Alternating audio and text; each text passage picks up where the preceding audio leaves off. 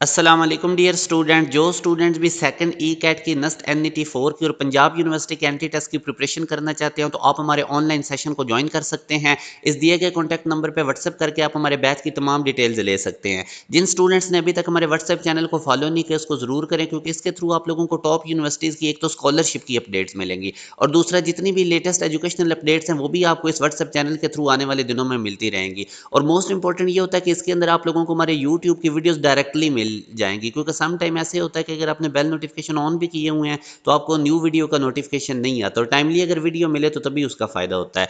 अब अभी हम स्टार्ट करते हैं। जैसा कि हमने एक सीरीज स्टार्ट की हुई है, फर्स्ट ई का 2024 के पेपर में जो क्वेश्चंस आए थे वो विद एक्सप्लेनेशन आप लोगों से शेयर किए जाते हैं। अब पहला क्वेश्चन है कि सोर्स ऑफ साउंड प्रोड्यूस करता है वेव, उसकी वेव लेंथ हमारे सामने गिवन है 40 centimetre in air. It is moving with a velocity 1/4 the velocity of sound towards east, the apparent wave length noted bye a man in the opposite direction. तो यहाँ से तो clear हो रहा है अपोजिट डायरेक्शन का word से कि वो जो सोर्स है वो ऑब्जर्वर से अपोजिट डायरेक्शन में मूव कर रहा है, उससे अवे जा रहा है।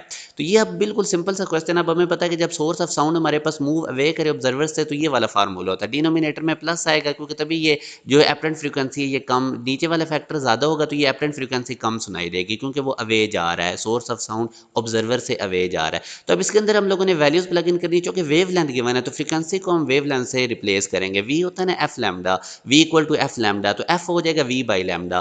तो ये जो एफ प्राइम है ये वी बाई लैम्डा प्राइम हो जाएगा, क्योंकि वी तो साउंड का स्पीड तो दोनों केसेस में सेम रहेगा, और ये जो एफ है ये वी बाई लैम्डा हो जाएगा। एफ प्राइम है तो लैम्डा के ऊपर प्राइम आ जाएगा, सिंपल एफ है तो लैम्डा के ऊपर फिर प्राइम नहीं आएगा।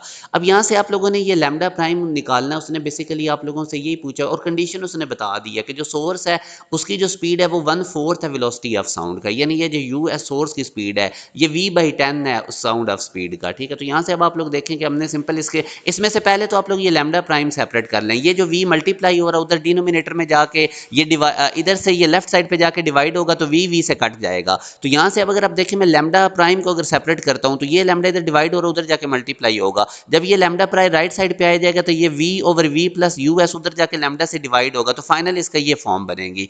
तो v over v plus U S इसको हम इस तरह भी लिख सकते हैं। ठीक है, तो v प्लस यू एस ऊपर आ जाएगा, v नीचे और ये लैम्डा। बहरहाल मैं सिंपल कहता हूँ v से कट करके लैम्डा प्राइम सेपरेट करें तो आपके पास ये रिलेशन बनेगा। अब सिंपल इसमें वैल्यूज प्लग इन करनी है। यू एस सोर्स की जो स्पीड है वो अगर आप लोग देखें तो इधर उसने बताया हुआ 1/4 है, यानी ये जो यू एस इसकी स्पीड v बाई 4 है। साउंड ऑफ स्पीड v होती है, उसका 1/4 से ये ट्रेवल कर रहा है सोर्स। तो यहाँ से v प्लस v बाई 4 हो जाएगा, नीचे v या साथ लैम्डा है। अब अगर आप ऊपर एलसीएम लेंगे तो ये 5v बाई 4 बनेगा, v से कट जाएगा तो 5 बाई 4 बनेगा, लैम्डा से मल्टीप्लाई हो जाएगा तो 5 बाई 4 लैम्डा, और लैम्डा आपको कितना गिवन था इनिशियल 40, तो इसके अंदर आप वैल्यूज प्लग इन करके तो 50 सेंटीमीटर हमारे पास आंसर आ जाएगा, सी ऑप्शन है। Simple source of sound observer से अवे जा रहा है तो ये वाला फार्मूला लगाएं अवे वाला। उसके बाद आप लोगों ने एफ को वी बाई लैम्डा से रिप्लेस कर देना, एफ प्राइम है तो वी बाई लैम्डा प्राइम, ये एफ है तो वी बाई लैम्डा, यहाँ से लैम्डा प्राइम सेपरेट करें तो ये रिलेशन बनेगा। उसके अंदर सिंपल कंडीशन अप्लाई करें, जो सोर्स की स्पीड है वो साउंड की स्पीड का 1/4 है, तो यूएस की जगह v/4 लेके यहाँ से लैम्डा प्राइम सेपरेट करके आंसर निकाल लेना है। अब एक और क्वेश्चन करते हैं। A sound source is moving towards a stationary observer with 1/10 of the speed of sound।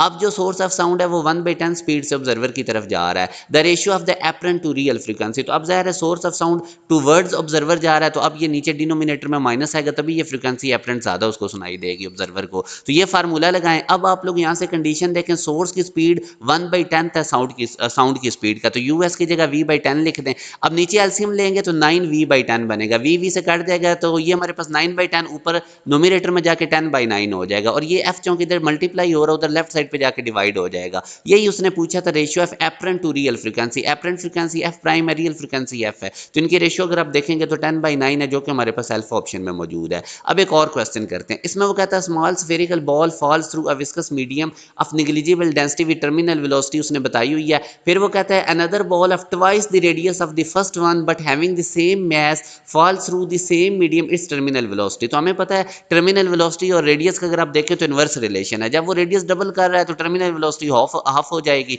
तो पहले की निस्बत टर्मिनल वेलोसिटी हमारी हाफ हो जाएगी। v/2 इसका आंसर है। ये मैंने इधर थोड़ा सा इसको सॉल्व भी कर दिया आप लोगों को समझाने के लिए, वैसे सिंपल काम है ये। टर्मिनल वेलोसिटी और रेडियस का इनवर्स रिलेशन, अगर रेडियस डबल हो रहा है तो टर्मिनल वेलोसिटी हाफ हो जाएगी।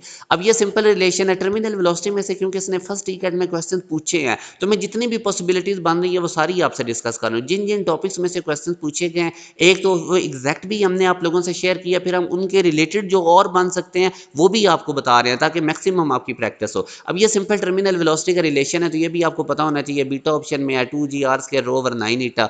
इसी तरह ये इंपॉर्टेंट क्वेश्चन है कि जब बॉडी टर्मिनल वेलोसिटी से मूव करती है तो उसका एक्सेलरेशन बॉडी में कितना होता है। अब हमें पता है टर्मिनल वेलोसिटी कांस्टेंट वेलोसिटी, उस केस में नेट फोर्स जीरो होती है, ड्रैग फोर्स और वेट आपस में इक्वल होते हैं, तो नेट फोर्स ही एक्सेलरेशन पैदा करती है। जब नेट फोर्स जीरो हो जाती है तो एक्सेलरेशन भी जीरो होता है। जो स्टूडेंट्स भी एक प्रॉपर वे से तमाम सब्जेक्ट्स की तैयारी करना चाहते हैं कि पंजाब यूनिवर्सिटी के टेस्ट आ रहा है, सेकंड ई कैट में भी अभी आप लोगों के पास टाइम है और एनईटी 4 के अंदर भी, तो आप हमारे ऑनलाइन सेशन को जरूर ज्वाइन करें। इसमें बड़ी कंप्रीहेंसिव और टू द पॉइंट्स आपको तैयारी करवाई जाती है। इस दिए गए कॉन्टैक्ट नंबर पर व्हाट्सएप करके आप हमारे बैच की तमाम डिटेल्स ले सकते हैं। अपना ख्याल रखिएगा। अल्लाह हाफिज़।